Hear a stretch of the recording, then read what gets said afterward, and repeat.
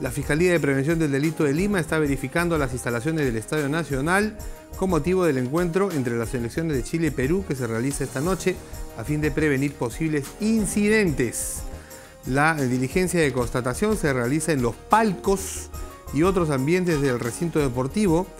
labor a cargo de los fiscales adjuntos provinciales Max Loyola Livia y Patricia Barrios Montalvo, quienes por disposición de la primera Fiscalía de Prevención del Delito se encuentran a cargo de esta diligencia. La verificación se va a desarrollar, atención, desde la 1 de la tarde de hoy con personal de la Policía Nacional y representantes de los palcos y tribunas, verificando, atención, que no hay objetos punzocortantes ni tampoco bebidas alcohólicas. Está prohibida la venta, el consumo de bebidas alcohólicas en el estadio, en los palcos también, entre otros elementos prohibidos. Así lo ha informado la fiscal provincial de Lima, Cecilia Vázquez Lucas, titular de la Fiscalía de Prevención del Delito. De acuerdo a las coordinaciones realizadas por el Ministerio Público, la verificación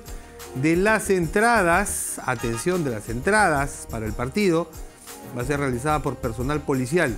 En caso de producirse cualquier incidente entre barras, antes, durante y luego del partido, la policía de la comisaría de Petituar será la encargada de intervenir y poner en conocimiento de la Fiscalía cualquier situación que se presente y lo amerite.